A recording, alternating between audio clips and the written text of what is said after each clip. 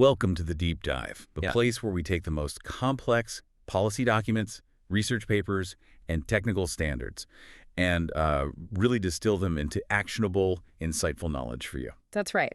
Today, we are undertaking, well, a pretty fundamental analysis of national security itself.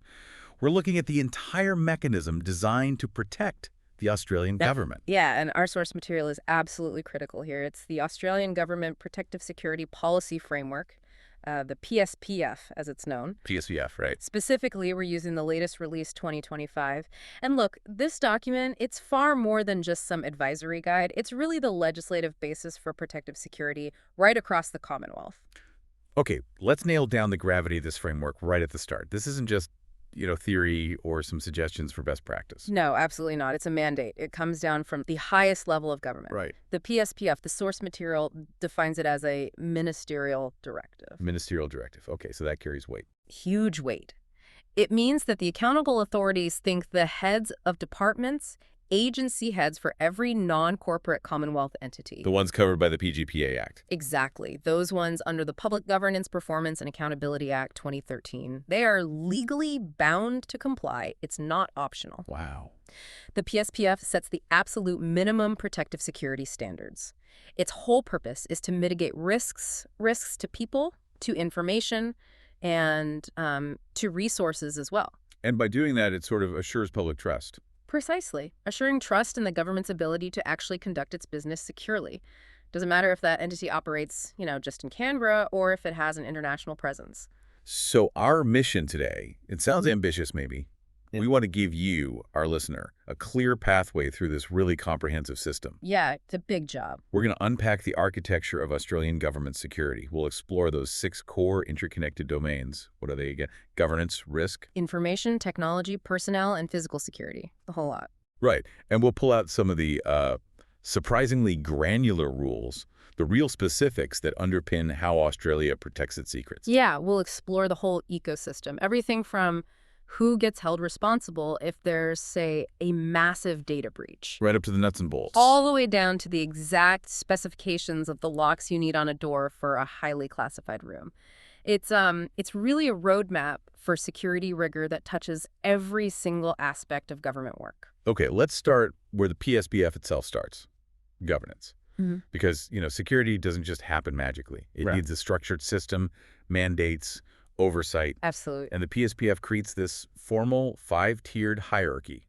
Starts with philosophy, ends with really specific instructions.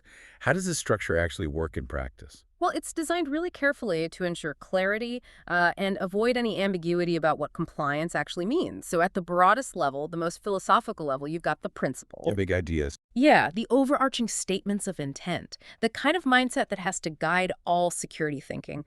They apply across every domain. So that's the why behind it all. What comes next down the chain? Next are the 6 protective security domains. Those are the ones we just listed: governance, risk, info, tech, personnel, physical. We'll cover all of those today. Got it. Then comes the policy tier. Now, this is arguably the most critical tier Why is that?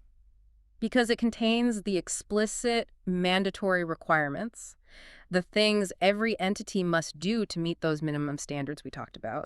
So this is where the must comes in. Exactly. If an entity doesn't comply with the policy requirements, they are non-compliant with that ministerial directive, full stop. Okay, but this is often where things get complicated, right? An agency knows it must protect classified info, but how do they know the specific technical gadget or setting they need? Right, and that's where the next tier comes in, standards and technical manuals. These provide the really detailed, often highly technical, mandatory requirements for specific areas. And crucially, these manuals are often maintained by specialized technical authority entities. Like who? Well, for instance, the Australian Signals Directorate, ASD, they're the technical authority for cyber and information security. They provide the Information Security Manual, the ISM. The ISM. Okay, heard of that. And then you've got the Australian Security Intelligence Organization, ASIO. They often provide the technical specs for physical security, things known as ASIO T4 advice. Okay. So the policy level might say, Yeah. you must protect the network. Yep. And then the technical manuals from ASD say, and here are the exact encryption standards and firewall rules you absolutely have to use. Precisely that. It connects the high-level mandate to the on-the-ground implementation. Makes sense. And then finally, right at the top top sort of overarching, you have the guidelines. Now, these are advisory. Just helpful hints. Pretty much. They give best practice examples, useful suggestions on how you might implement the mandatory standards, but they aren't mandatory themselves.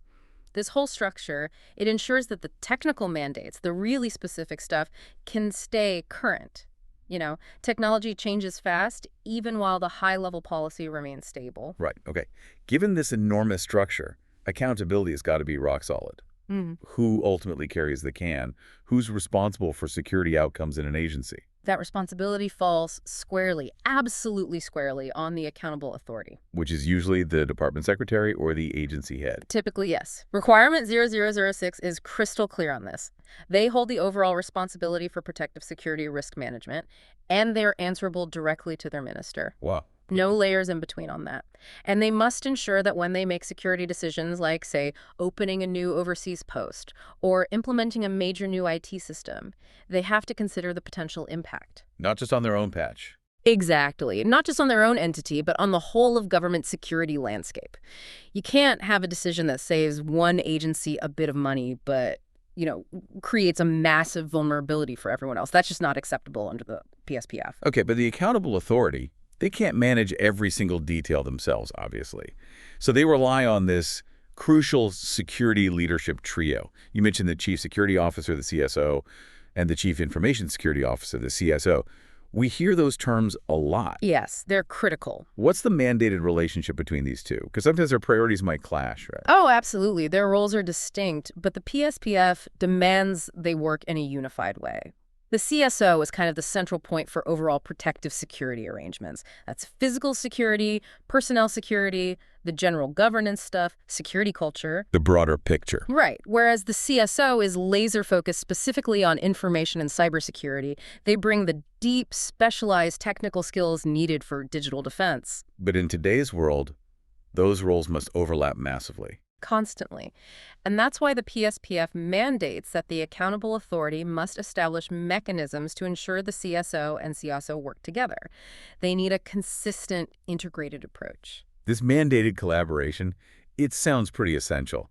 Because you can imagine, in practice, maybe a CSO is worried about vetting times or the cost of new fences. Yeah, practical pressures. Well, the CSO is just focused on keeping cyber attackers out, which might slow down access for staff. That tension is absolutely real. It happens all the time. But the PSPF requirement forces those internal silos, those different priorities, to merge at the strategic decision-making level. How so? Give us an example. Okay, say they're evaluating a new cloud service. The CISO assesses the cyber risk, the encryption, the patching, all that's the technology domain. Right. But the CSO has to approve the physical location where the data centers are, or maybe where the local terminals are stored. That's the physical domain. And they also need to ensure the staff operating it have the right security clearances personnel domain. Oh, okay. It all has to link up. Exactly. A failure in one of those areas completely negates the success of the others. The accountable authority relies on their combined, consistent advice to be able to confidently accept any remaining or residual risk. Okay, now let's talk about the culture of security. We often hear that phrase, people are the weakest link. The common saying, yeah. Requirement 0023 tackles this head on. It mandates developing and maintaining a positive security culture. What does that actually mean? Is it more than just putting up posters telling staff not to click on dodgy emails? Oh, much more. A positive security culture, as the PSPF defines it, is an active program. It has to be consciously developed and maintained by the accountable authority and the CSO working together. An active program. Yes. It's about shifting how people see security controls, moving them from seeing security as, an annoying impediment, a roadblock, to seeing it as something that actually helps them do their job safely. Exactly. An enabler of secure government business. It involves ongoing education, definitely, but also reinforcing positive security behaviors consistently. And, really crucially, fostering a sense of trust and support among personnel. Trust and support. How does that help security? Well, if staff feel like they're constantly being policed or that they'll get in huge trouble for an honest mistake, they simply won't report suspicious behavior. They won't report near misses or actual security slip-ups. They'll cover it up. Precisely. The goal is to make personnel feel empowered to deliver government business securely. They need to understand why protective measures are fundamental to achieving their mission, not something separate from it. So it's about fighting that natural human tendency we all have to find workarounds to bypass rules for speed or convenience. Yeah, by showing them clearly why the rules matter for the bigger picture, for the national interest. Got it. It ensures that every single individual acts as a trusted insider and recognizes their personal role in the collective defense of the organization and the country. Okay, that whole philosophy seems to feed directly into the planning and reporting requirements. The mandatory security plan has to be comprehensive, covering all domains. That's right, holistic. But I'm interested in the mechanism for making rapid government-wide security changes. What if a major new threat emerges suddenly? Good question. The security plan itself must be holistic, as you said. It has to cover all 6 domains, and it must explicitly state the entity's determined security risk tolerance, how much risk they're willing to accept. Right. And it details the strategies they'll use to apply controls across that whole deter, detect, delay, response life cycle we'll talk about later. But the mechanism for rapid change is the requirement to detail arrangements for implementing protective security directions. Protective security directions, what are they? These are legally binding mandates. They're issued by the Secretary of Home Affairs, and they allow the government to impose immediate mandatory security changes across all entities. Ah, like a top-down emergency brake. Sort of, yeah. It could be in response to a fast-moving threat, like a new critical software vulnerability discovered overnight, or maybe a sudden geopolitical event that changes the threat landscape dramatically. It allows for agile, whole-of-government response. And all of this planning and compliance, it gets tracked through the annual reporting cycle. Yes, every year. Which culminates in 2 very different reports, I understand. One that's public and one that's highly sensitive. Can you walk us through that difference? Sure. So every entity must submit a mandatory annual protective security report. It goes to their minister and also to the Department of Home Affairs, usually by December each year. Home Affairs then collates all this data. Okay. The first output is the PSPF assessment report. This is the public-facing one. It's a consolidated, aggregated report, often published on the PSPF website. It details the overall government performance against the standards, provides transparency. So the public gets a general sense of how things are going. Exactly. But the real actionable intelligence, the stuff that identifies specific weaknesses, that's kept behind the highest security wall. And that's the second report. Correct. The second output is the PSPF Classified Assessment Report. This document is highly sensitive, definitely not publicly available. What's in it? It contains the entity-specific results. It names which agencies are struggling to meet certain mandatory requirements. And most critically, it usually includes a heat map. A sheet map, like showing hot spots of risk. Precisely. A detailed visual analysis that pinpoints systemic protective security vulnerabilities and trends right across the Commonwealth. It shows where the common problems are, maybe which requirements lots of agencies are failing. So that allows the top brass to really target resources. Absolutely. This mechanism allows high-level decision-makers in Home Affairs, Attorney Generals, central agencies to identify, fund, and target the most serious collective weaknesses without publicly advertising the Australian government's security blind spots to, malicious actors or foreign powers. It's essential for that closed-loop governance, for accountability at the highest level, and for continuous improvement. Okay, moving on from governance to risk. This is the domain that's directly concerned with the actual threats Australia faces, particularly from outside. Yeah, the sharp end. Before an agency can even start applying controls, they first have to figure out their risk tolerance. What does the PSPF say about how an agency decides its appetite for risk? Defining security risk tolerance, it has to be a foundational decision for every single entity. It basically defines the acceptable level of exposure to security risks that they're willing to bear while still trying to achieve their business objectives. Why is defining that tolerance so crucial? Because it informs every single step of the mandated risk management process that follows, the cycle. Identify the potential threats, analyze the likelihood and the potential impact, evaluate if that resulting risk level is within your tolerance. And if it's not? Then you treat that risk, you apply controls to bring it down. Defining tolerance forces leadership to acknowledge that security isn't absolute. It's always a cost-benefit calculation, and this is a critical one that must always prioritize the national interest over, say, just convenience or budget. And I imagine the risk profile for, let's say, the Department of Defense is going to be vastly different from maybe a national cultural institution like a museum or gallery. Oh, completely different. Their tolerance for compromise will be worlds apart. But the PSPF really emphasizes that risks are often shared. Shared security risks. What does that mean exactly? These are risks that cut across multiple entities, or maybe across jurisdictions like Commonwealth and state, or even with international partners. Like a vulnerability in software everyone uses. That's a perfect example. Or think about a coordinated foreign influence campaign that's targeting several government departments at the same time. Managing these shared risks, it requires a really high degree of cooperation, information sharing between agencies. Even if the main impact falls elsewhere. Yes, often it requires a commitment to implementing controls, even if the primary risk impact seems to fall mostly on another entity. It's about that collective defense model. You have to protect the weakest link because it affects the whole chain. It's critical in today's networked government environment. Okay, now let's define those top-tier threats the framework is designed to counter. The PSPF makes a clear distinction between espionage and foreign interference. What's the real operational difference between, classic spying and these more modern, deceptive influence operations? Right, they're distinct threats. Espionage is what you might call the classical direct threat. It's the clandestine, the secret acquisition or theft of official information or maybe government capabilities or assets. Stealing secrets. Yes, stealing secrets on behalf of a foreign power with the intent to prejudice Australia's national security or interests.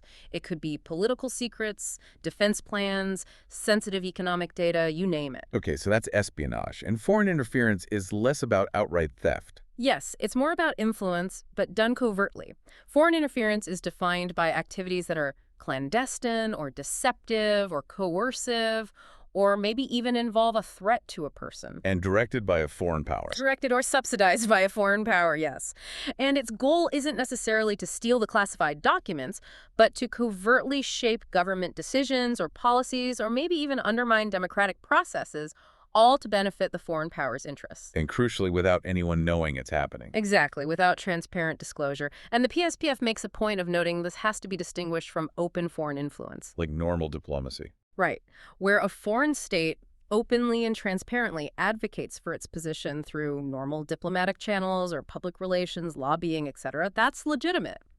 The security concern here is specifically the covert and deceptive nature of the interference, that hidden hand. And that deception, that hidden hand, it extends deeply into the commercial world, doesn't it? Which brings us to what you call the procurement minefield.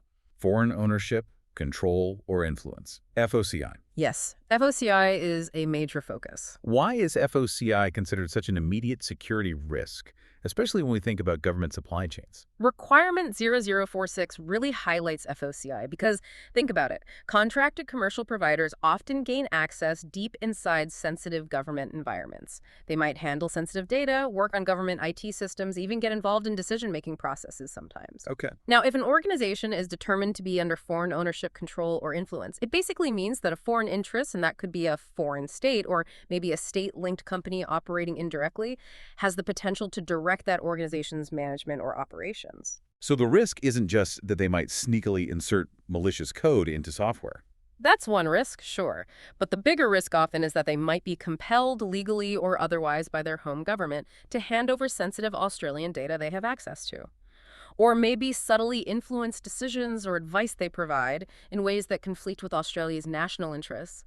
Think about foreign laws that require companies to cooperate with their intelligence services. Right, the extrajudicial directions issue. Yeah. So how does the PSPF require agencies to actually check for FOCI? What does due diligence look like?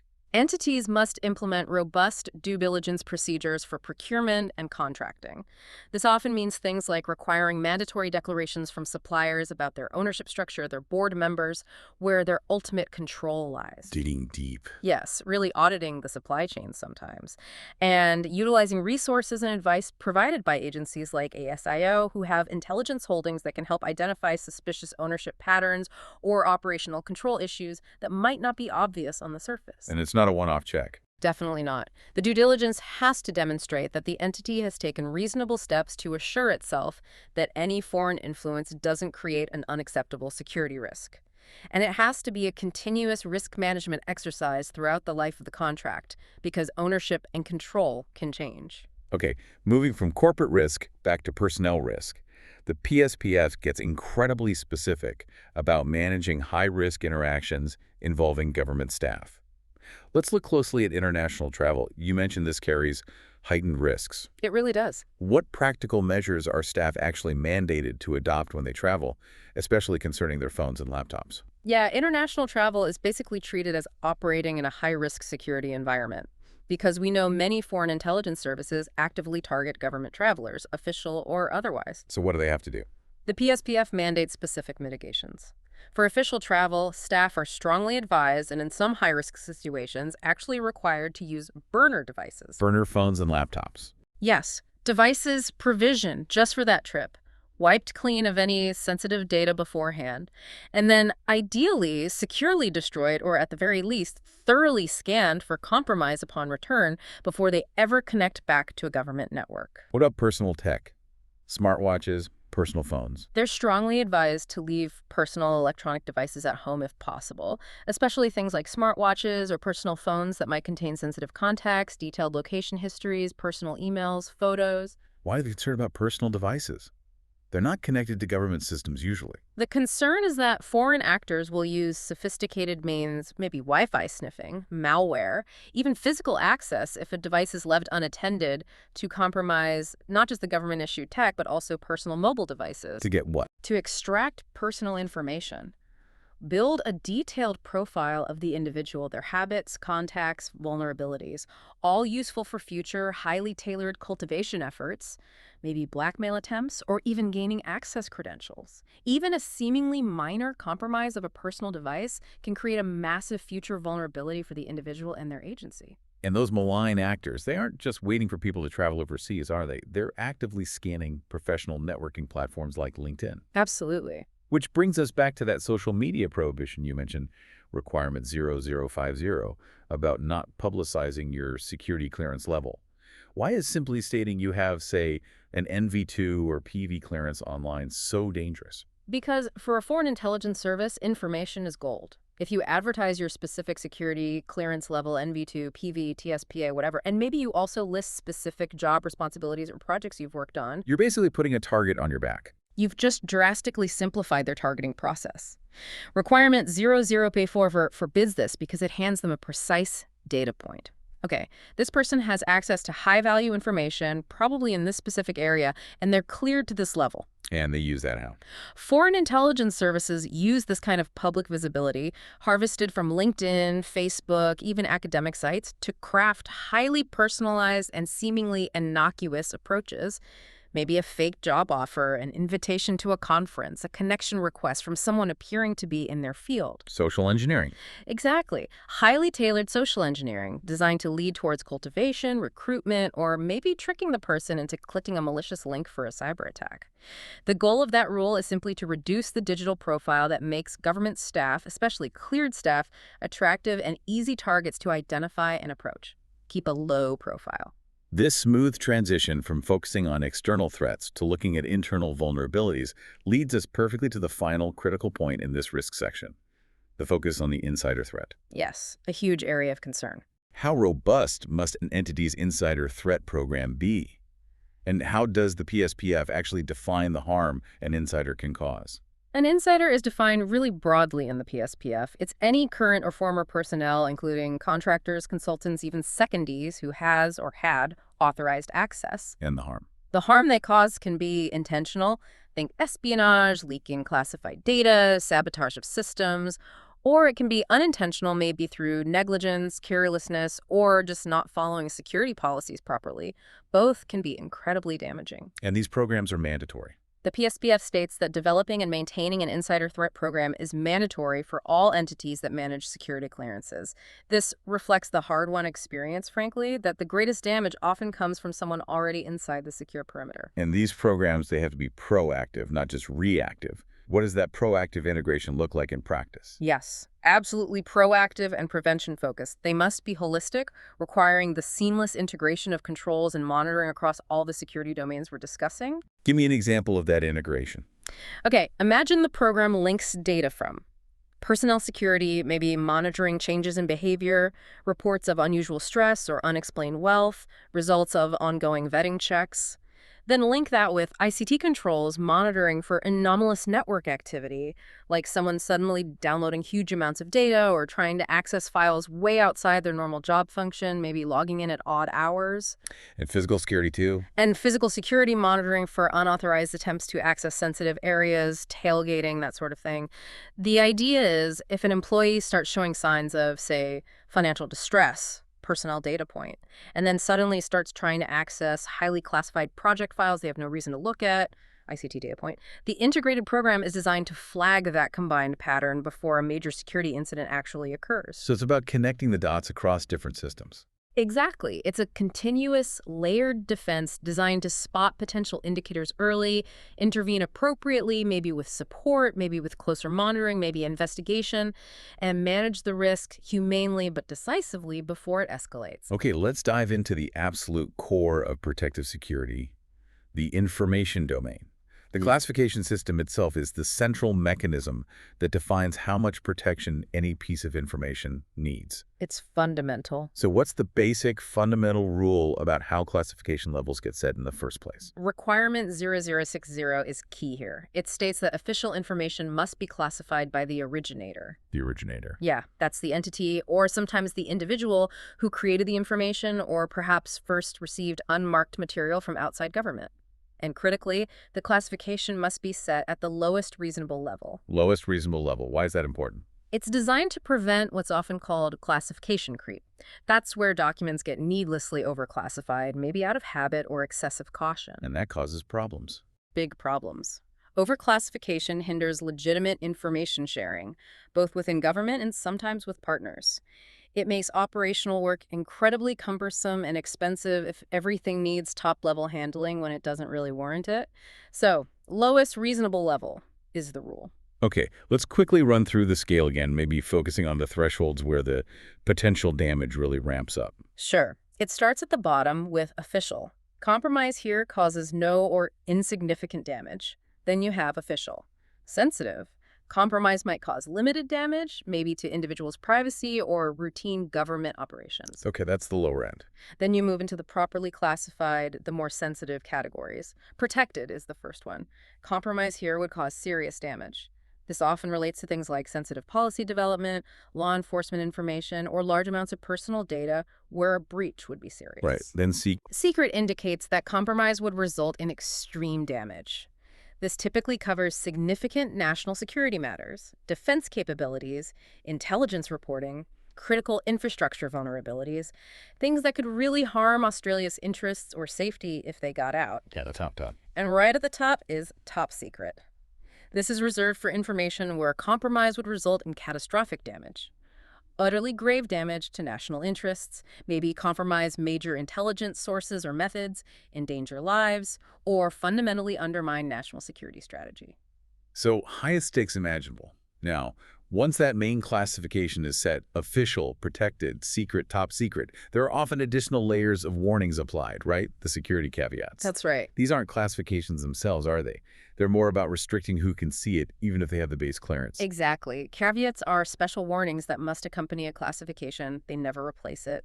They signal that the information requires additional protections or specific handling restrictions beyond what the standard classification level demands. What kind of things trigger a caveat? Well, common ones include code words. These indicate highly sensitive intelligence information, often related to specific sources or collection methods, and access is strictly compartmented.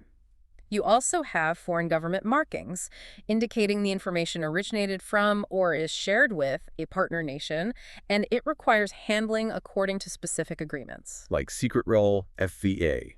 Precisely. Releasable to Five Eyes. Or maybe it's marked specifically for one country.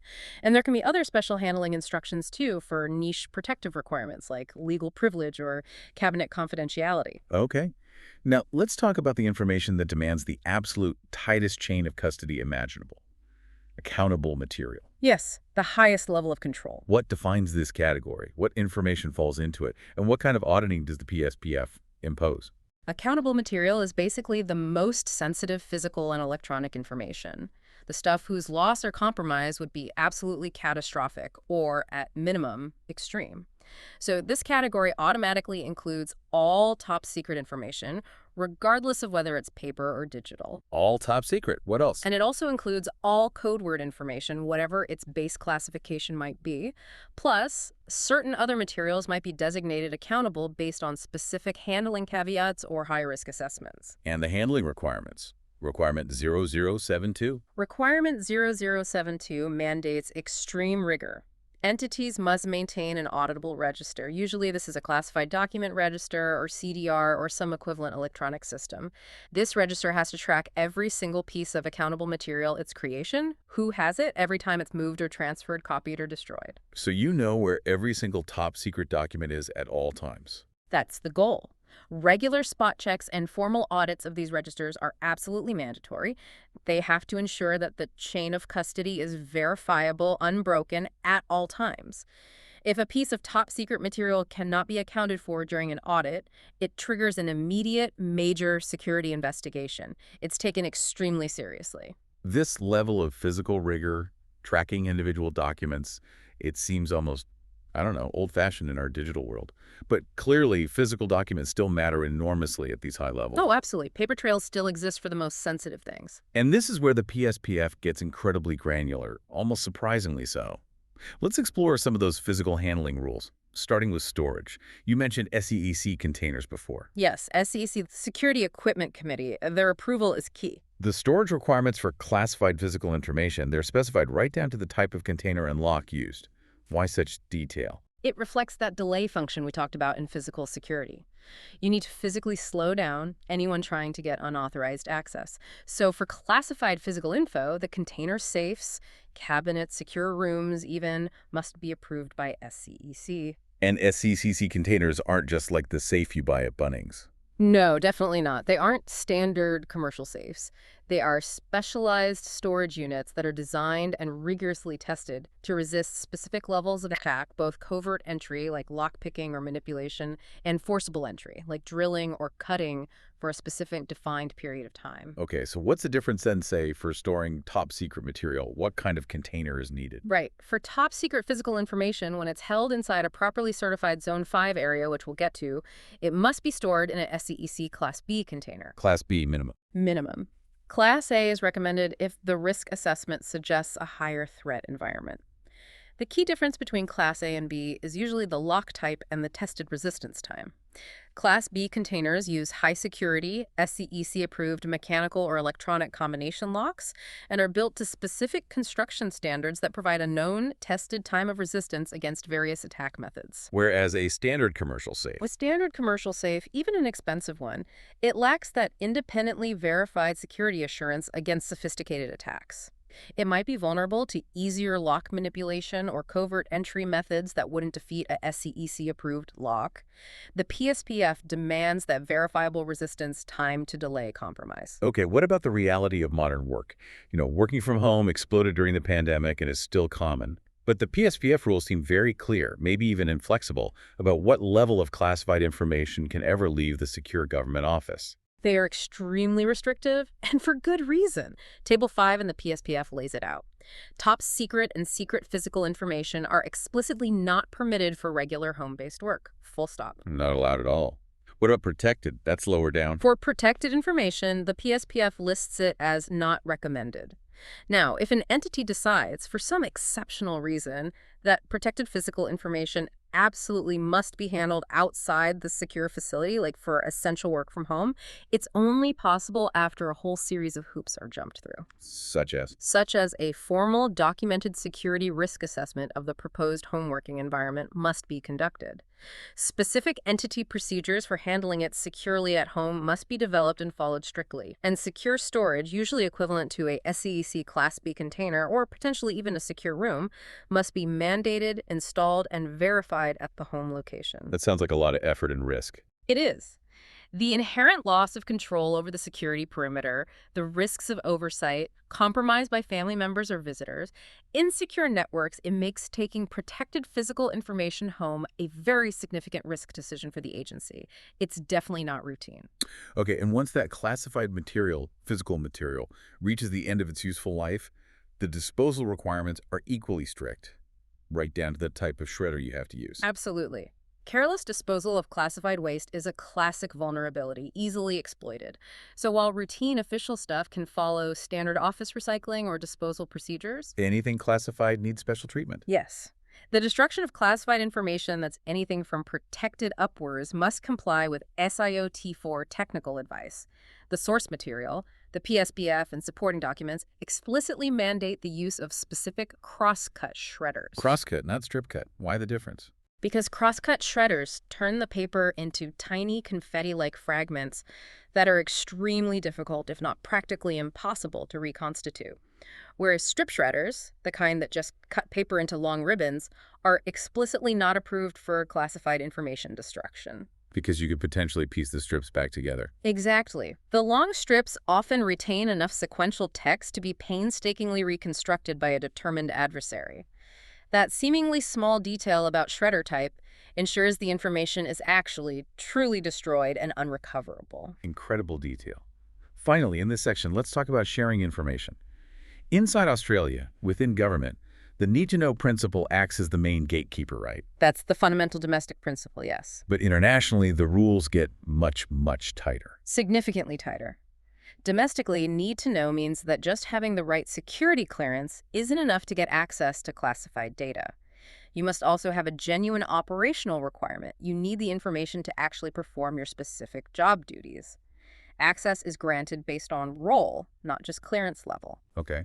And sharing with other countries. Internationally, the PSPF baseline is much stricter. Classified Australian information must not be shared with any foreign entity that includes foreign governments, international organizations, foreign companies, unless there are specific, explicit international agreements or legislative provisions in place. Like what kind of agreements? Things like formal general security agreements or GSAs between Australia and the other country, or maybe specific memoranda of understanding, MOUs, covering information sharing for a particular project.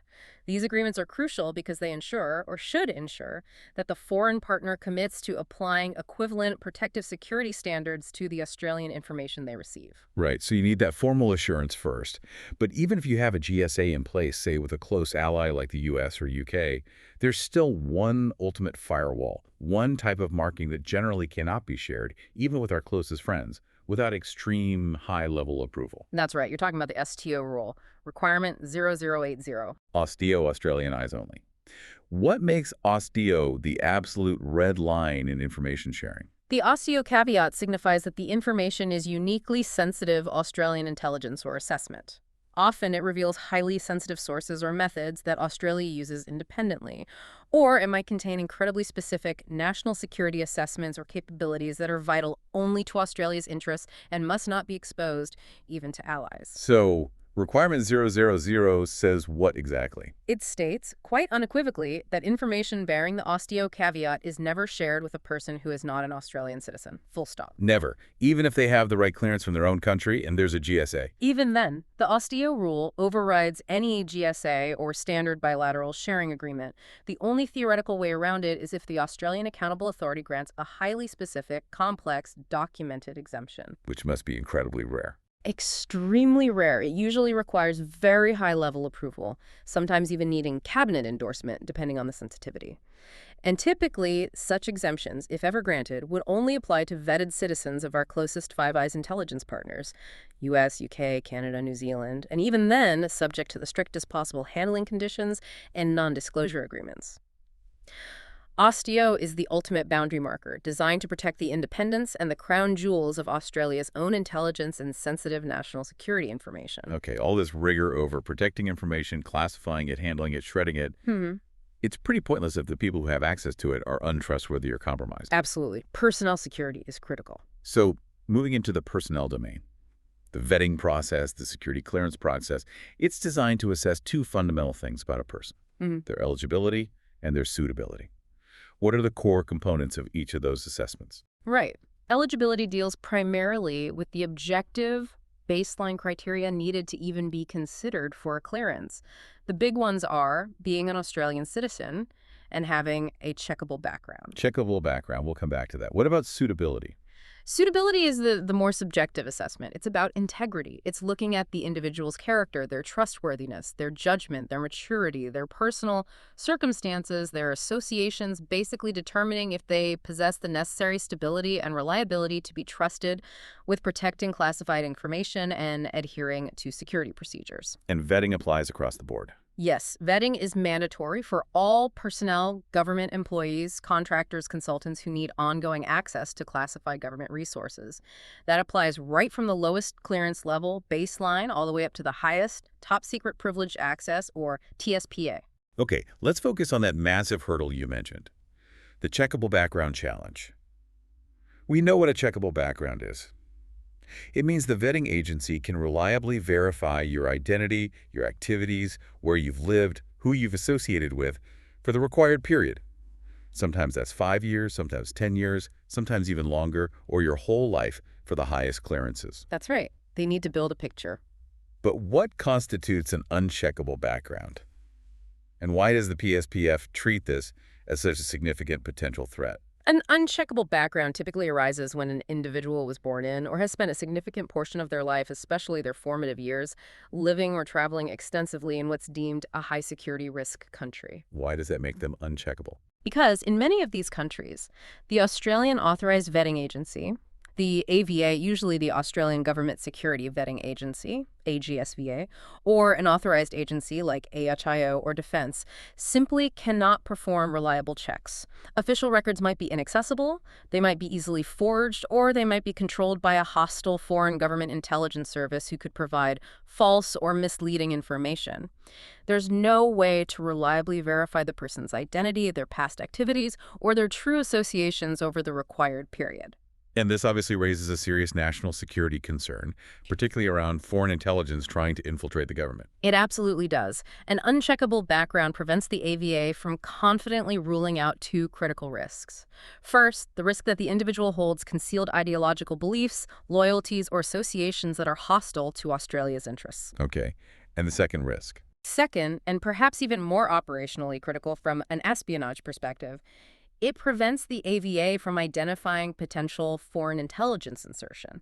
That's where a foreign intelligence service has deliberately cultivated, trained, and placed an individual, maybe with a manufactured background, into a position where they can eventually gain access to sensitive information. Because you just can't verify their story. Exactly. That inherent lack of verifiable history means the risk of compromise, whether through hidden loyalty or foreign direction, is extremely difficult, if not impossible, to mitigate fully through the standard vetting process. Okay, so what if an individual is incredibly valuable, maybe has unique skills the government desperately needs, but they happen to have an uncheckable background, or perhaps they're not yet an Australian citizen? Are there any mechanisms to allow them access? This is where eligibility waivers come in, I think. Yes, waivers exist, but they are intended to be rare and are incredibly difficult to obtain. How difficult? What's the bar? Requirements 0148 and 0149 lay it out.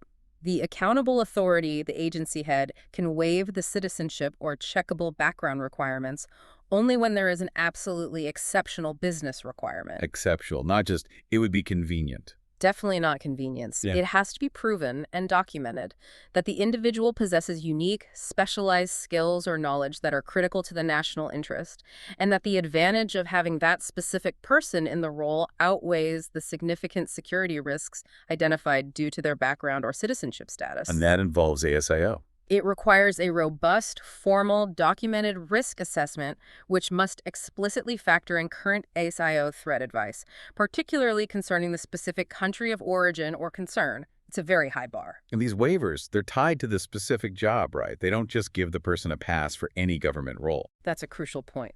Non-transferability. A waiver granted by one accountable authority in one entity is strictly role-specific and non-transferable. It's tied to that specific job description in that specific agency based on their assessment of the risk versus the benefit for that role. So if they move jobs, even within government. If the individual moves to a different role or a different agency, the waiver does not automatically follow them. The new entity, the new accountable authority, must conduct its own fresh risk assessment based on the requirements and sensitivities of the new role and decide independently whether to issue a new waiver. because obviously the potential damage an individual could inflict changes dramatically depending on the access their new role provides. Okay, let's compare the vetting rigor as you go up the clearance levels. Yeah. Table 28 in the PSPF outlines the minimum checks. The difference between, say, a mid-level negative vetting 2 and V2 and the highest levels like positive vetting, PV, seems quite profound. Oh, it escalates significantly. The requirements become much more intrusive and comprehensive. All clearance levels require mandatory identity checks to a high level of assurance, and they all now include a digital footprint check looking at publicly available online activities, social media, etc. Okay, what gets added for the negative vetting levels? For negative vetting 1, NV1, which gives access up to secret, you introduce the mandatory ASIO Security Clearance Suitability Assessment, SCSA. That's ASIO's formal check against their intelligence holdings. Moving up again to negative vetting 2, NV2, which might grant access to certain top secret information in specific contexts, the process requires a mandatory, in-depth, face-to-face security interview. What happens in the security interview? That's a detailed interview, usually several hours long, conducted by a trained vetting officer. They probe deeply into the individual's background, character, lifestyle, finances, relationships, loyalties, any potential vulnerabilities, really exploring the suitability factors in detail. Okay, and then what unique hurdle has to be cleared to get the highest access clearances? Positive vetting, PV, or the very top, TSPA? Right. For positive vetting PV, which is generally required for enduring access to top secret information and code word systems, and also for the absolute highest level, top secret privileged access, TSPA, you need all the previous checks plus a mandatory psychological assessment. A psych assessment. What are they looking for there? Is it just checking for mental health issues? It's much broader than just screening for clinical mental illness, although that's part of it. The primary purpose of the psychological assessment in high-level vetting is to assess specific traits that are considered vital for protecting the nation's most sensitive secrets under pressure. Like what kind of traits? Things like resilience, honesty, trustworthiness, conscientiousness, sound judgment, especially under extreme stress, susceptibility to manipulation, coercion, or blackmail, emotional stability, and impulse control. They're looking for potential personality factors or vulnerabilities that might make someone unsuitable for handling information where compromise could be catastrophic. So it's really an assessment of whether the individual's fundamentally equipped, psychologically, to handle the immense pressure and responsibility that comes with knowing top-tier national secrets. Precisely. It's an additional expert assessment of suitability for roles where any compromise of the individual's judgment or trustworthiness poses an unacceptable risk to national security. Okay, one final but really important point in this personnel section. Procedural fairness. Requirement 0160 addresses this. When an adverse decision is made about someone's clearance, maybe it's denied outright or granted but with conditions, or maybe an existing clearance is revoked, what rights does that individual have under the PSPF, even in this highly sensitive national security context? Procedural fairness, or natural justice, is a fundamental legal requirement in administrative decision-making, and it does apply in security vetting, although with some necessary national security caveats. The vetting agency, the AVA, must apply two key rules, the hearing rule and the bias rule. Okay, what's the hearing rule? The hearing rule essentially guarantees that the individual must be informed of the substance of the case against them, the reasons why an adverse decision is being considered, and they must be given a reasonable opportunity to respond to those concerns, to put their side of the story before a final decision is made. And the bias rules. The bias rule ensures that the decision maker must be, and must be seen to be, impartial and free from any actual or reasonably perceived bias. They can't have a personal interest in the outcome. But how does that work if the concerns involve, say, confidential informants or sensitive intelligence? They can't reveal everything, surely. That's the necessary tension. The agency absolutely has a duty to protect the identity of confidential sources and to safeguard national security information methodologies. So they don't have to reveal everything or disclose the actual intelligence reports. However, they must still provide enough detail about the substance of the security, the nature of the issue, to allow the individual to understand the case they need to answer and to respond effectively. It's a careful balancing act. So it ensures the decision isn't just arbitrary. Exactly. It ensures the vetting decision, especially an adverse one, relies on sufficient, credible, and reliable information and reasoning, balancing the critical need to protect national security with the individual's right to fair process. Okay, let's transition now into the digital realm, the technology domain. This whole area seems fundamentally governed by the Australian Signals Directorate's big rulebook, the Information Security Manual, the ISM. That's right. The ISM is the core standard, the authoritative source for technology security across government. And that manual, it operates on a pretty formal risk management framework, doesn't it? Ensuring systems actually get authorized before they're switched on. Yes, it mandates a structured, six-stage risk management cycle for all ICT systems. It starts with defining the system and its security objectives, then selecting the appropriate security controls from the ISM, implementing those controls correctly, assessing their effectiveness through testing and auditing. And then the crucial step. Then comes authorization. And finally, continuous monitoring to ensure compliance doesn't degrade over time. The absolute critical gate here is requirement 0086. Every technology system must receive a formal authorization to operate, or ATO, from the designated authorizing officer within the agency. And the authorizing officer, who's that usually? Often it's a senior executive, maybe the CSO or another senior manager, delegated that responsibility by the accountable authority. Their authorization is essentially the formal executive sign-off. It confirms that they understand the system, the controls applied, the testing done, and that they formally accept the residual security risks, the risks that remain even after controls are applied, as being acceptable to the entity given its risk tolerance.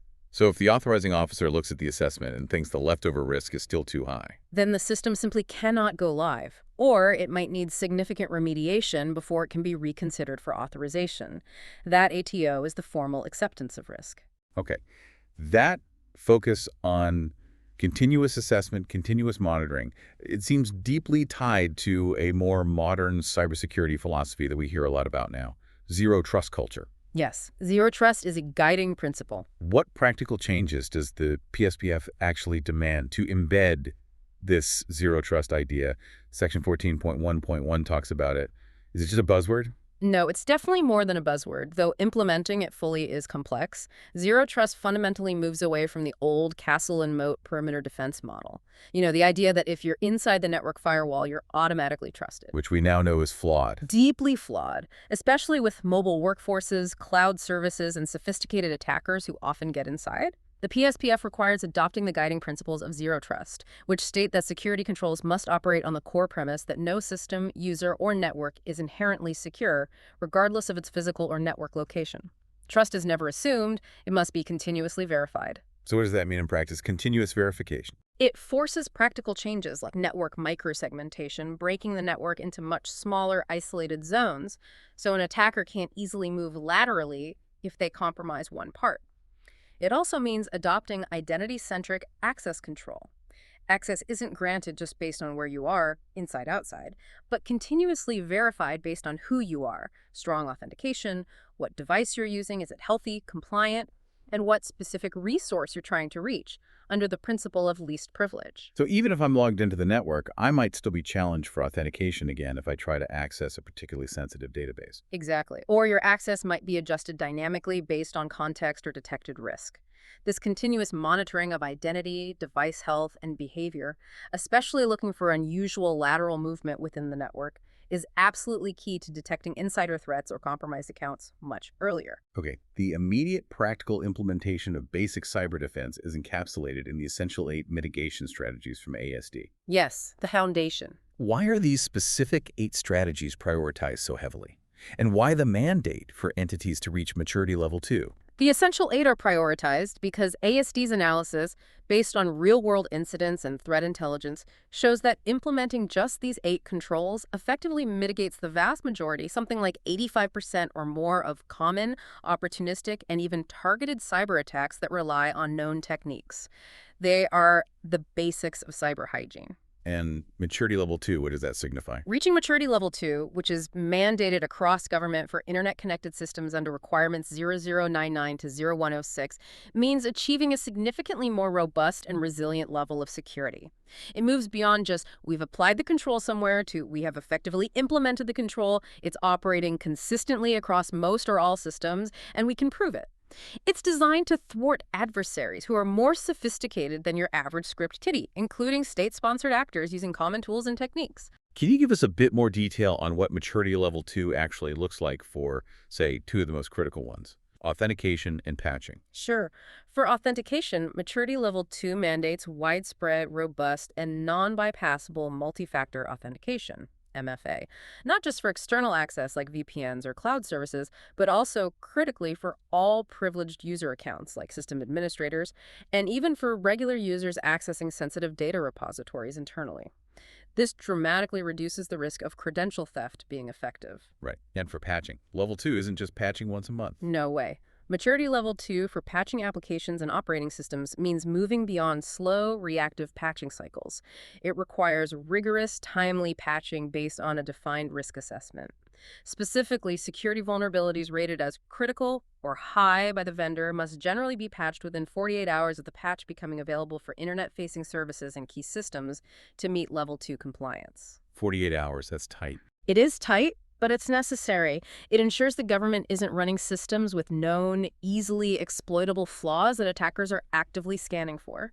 It significantly shrinks the window of opportunity for attackers. Other patches need to be done within defined, shorter timeframes, too. Okay, now we get to some really specific modern technology risks that the PSPF addresses head-on. It's gained a bit of public notoriety for its explicit policy regarding the social media application TikTok. Yes, that got some headlines. Can you outline the security rationale behind the ban on government devices and the extremely strict conditions that apply if somehow limited use is approved? The TikTok policy, covered in requirements 0091 and 0092, explicitly prohibits the installation and use of the TikTok application on all government-issued devices. Why? What's the specific risk? The rationale cites significant security and privacy risks. These stem primarily from the application's known expensive data collection capabilities, gathering far more user data than might appear necessary for its function, and, critically, the legal environment it operates under. Specifically, its potential exposure to extrajudicial directions from a foreign government. Meaning the data could be accessed by that government. The core concern is that the comprehensive data collected by the app user behavior, contacts, location, potentially biometric data, could be compelled by the foreign government under its national security laws without transparent process, potentially for intelligence gathering or targeted influence purposes against government personnel or interests. So this is treated as more than just a standard privacy concern. It's a direct national security mandate. Yes, framed explicitly as a national security risk mitigation.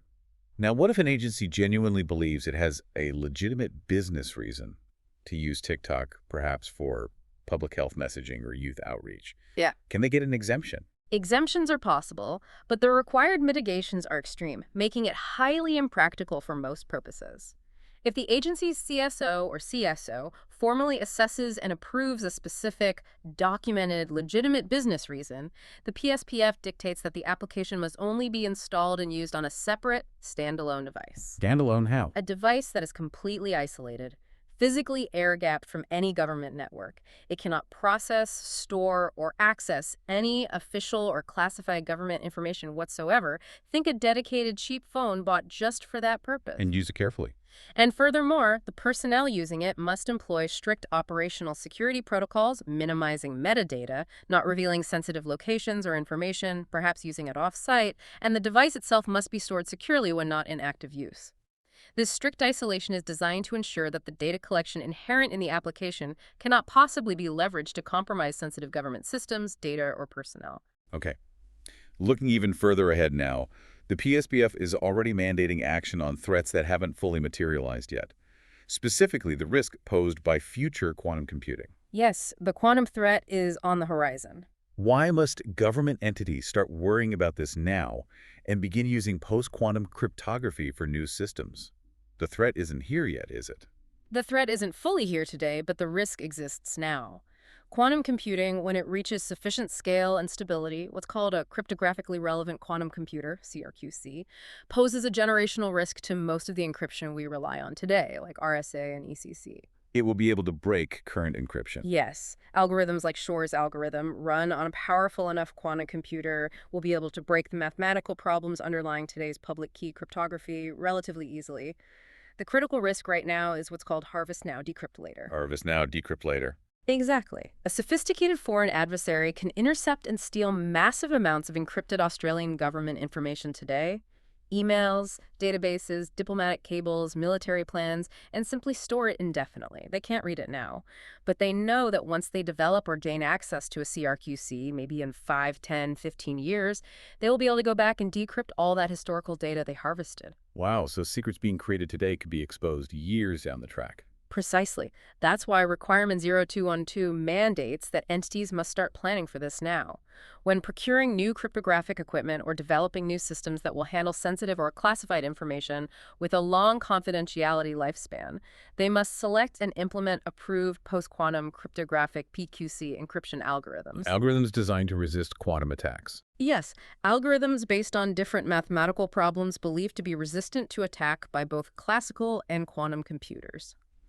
The government is essentially trying to build a time machine for its secrets, future-proofing them against a known future technological capability that doesn't quite exist at scale yet, but is widely expected to emerge. Okay, finally in this text section, how does the PSPF ensure a sort of collective cyber defense? Does it mandate participation in any whole-of-government security services? Yes. Collective defense is crucial. Entities must participate in designated whole-of-government services designed to enforce a baseline level of security across the Commonwealth and improve shared situational awareness. Like what? A key example is mandatory participation in services like the Protective Domain Name System, PDNS, or equivalent security mechanisms provided by ASD or authorized providers. PDNS acts like a whole-of-government internet filter.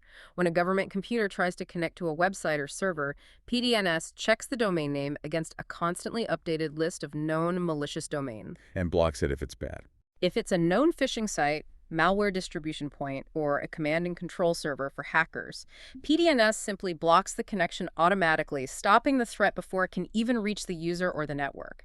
It's a really effective, broad-scale protection. Any other mandatory sharing? Yes, entities must also connect to and participate in the ASD's Cyber Threat Intelligence Sharing (CTIS) platform, as per Requirement 0216. This platform allows for the rapid, often automated, machine speed sharing of technical threat indicators like malicious IP addresses, file hashes, attacker tactics between ASD, government partners, and appropriately cleared industry partners. So everyone gets warned faster. Dramatically faster. It vastly improves the collective ability to detect emerging threats, share defensive measures, and respond to incidents in near real time across the entire ecosystem. It moves away from agencies fighting threats in isolation. Right, we've covered the policies, the risks, the information handling, the people, the technology.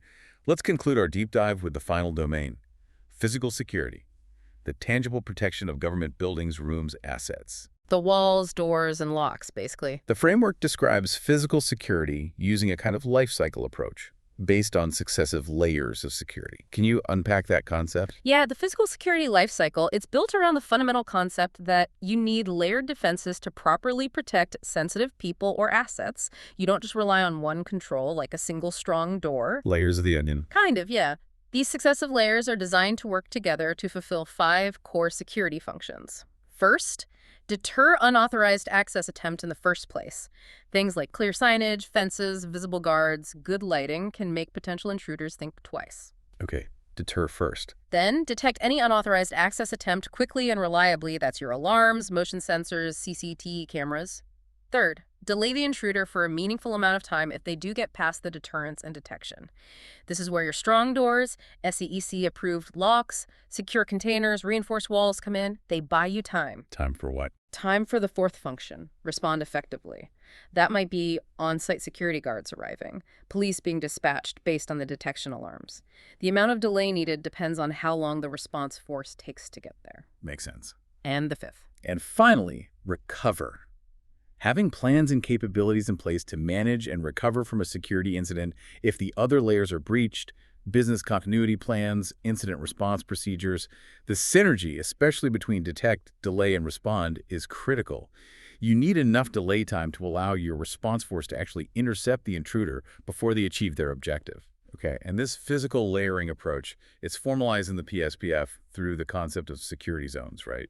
These zones dictate access levels based on the highest classification of information or the sensitivity of assets handled within them. Exactly. The 5 security zones are the core organizational concept for designing and managing physical security within government facilities.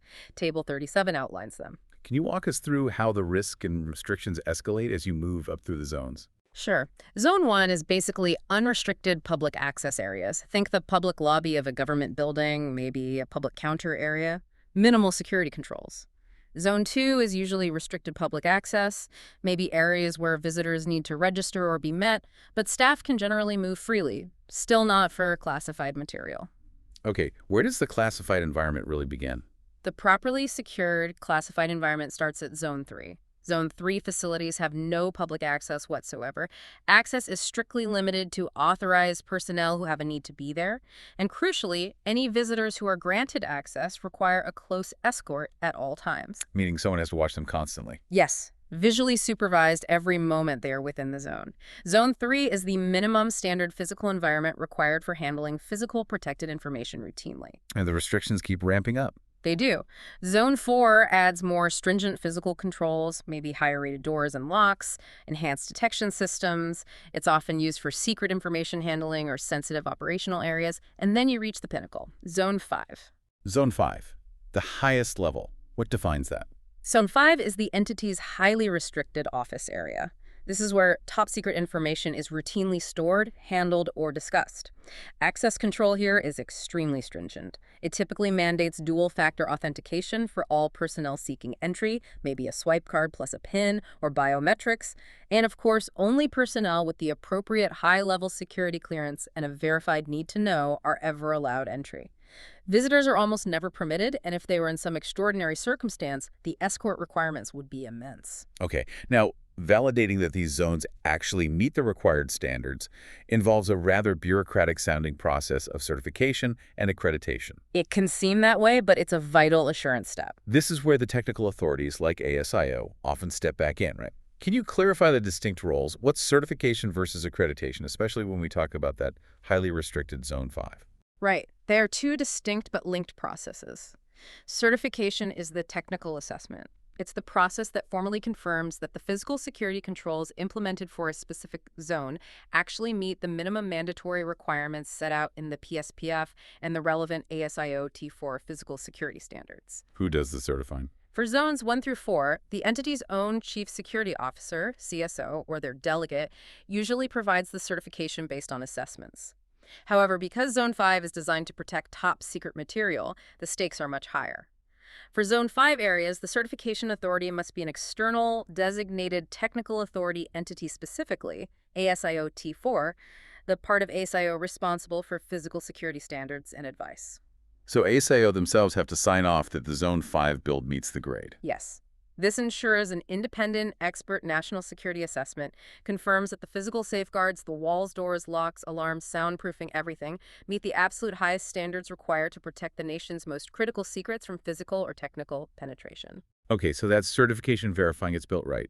What then is accreditation? Accreditation is the formal management acceptance of risk. It's the final stage.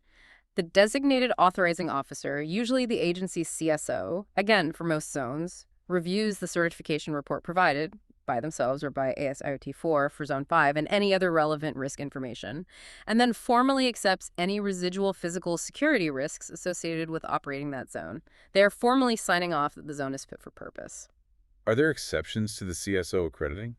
Yes. If the facility is particularly complex or high risk, like a sensitive compartmented information facility, or SCIF, basically a super secure Zone 5, often used to handle highly classified intelligence systems and communications, then the accreditation authority might shift to the technical expert in that area. For SCIFs processing highly classified IT systems, the accreditation authority must often be the Australian Signals Directorate, ASD. So ASD accredits the SCF. Yes, ensuring that the technology security aspects, which ASD governs via the ISM, and the physical environment supporting that technology, which ASIO-T4 certifies, are properly integrated and the overall risk is accepted by the expert authority. It ensures holistic authorization. Okay, physical security isn't just about keeping people out. It's also about stopping secrets from getting out through technical means, like listening devices. A critical aspect, yes. Technical surveillance. How does the PSPF mandate the protection of security classified discussions from being secretly recorded or overheard? That threat is managed primarily through technical surveillance countermeasures or TSCM inspections. Requirement 02A0 covers this. TSCM involves using specialized equipment and trained personnel to sweep areas to detect, locate, and neutralize any covert listening devices, hidden cameras, or other forms of electronic surveillance that could compromise sensitive conversations.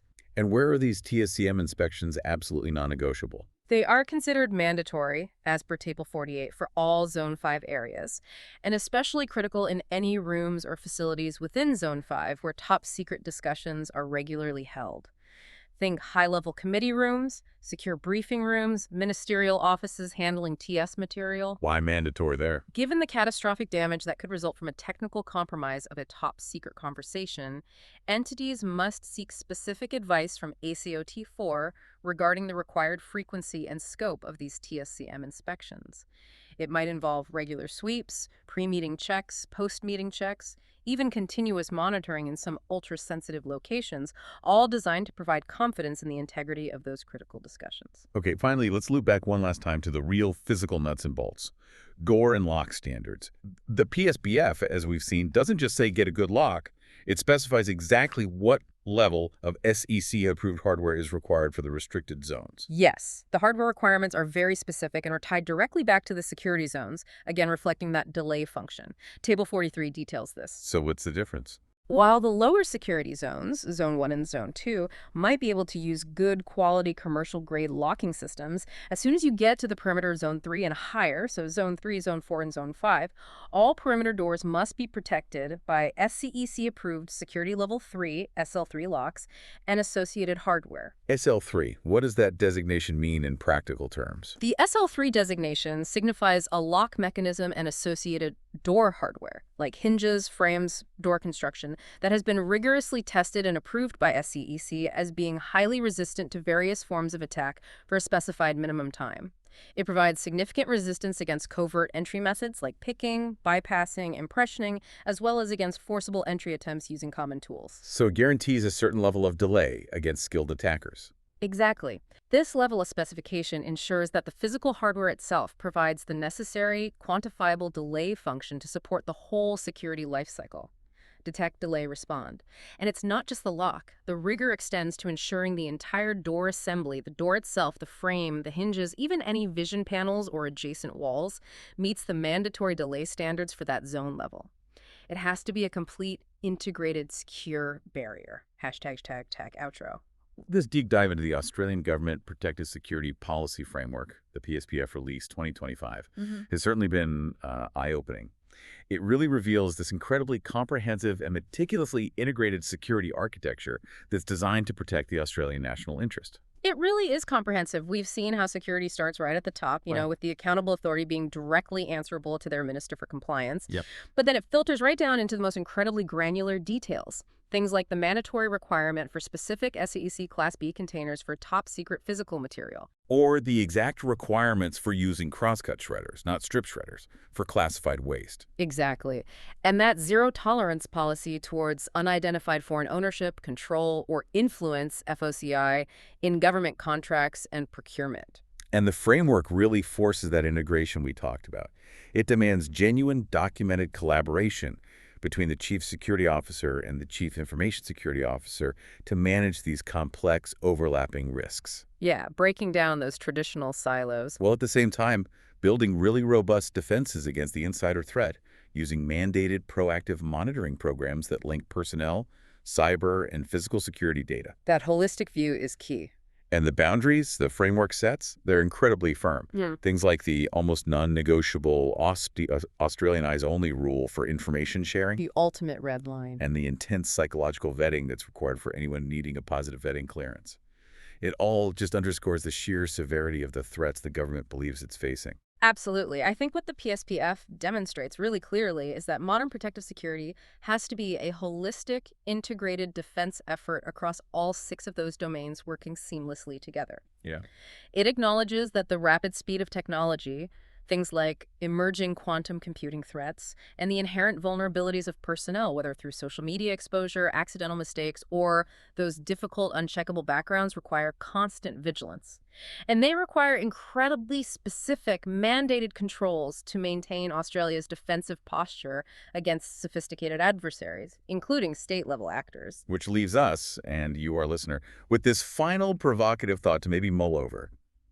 Given that the PSPF mandates such incredibly strict controls, explicitly prohibiting secret and top-secret classified information from leaving secure government facilities for home-based work, setting extreme standards for mitigating risks during international travel, requiring specific physical infrastructure. All very rigid requirements. How will the Australian government continue to balance the ongoing pressure, the demand, for greater workforce flexibility? Things like more remote work, maybe even working from overseas temporarily. How will they balance that demand against these non-negotiable, clearly documented standards in the PSPF for protecting information classified at protected and above? That fundamental tension between the desire for operational flexibility and efficiency versus the catastrophic risk mitigation needed for classified information. Yeah.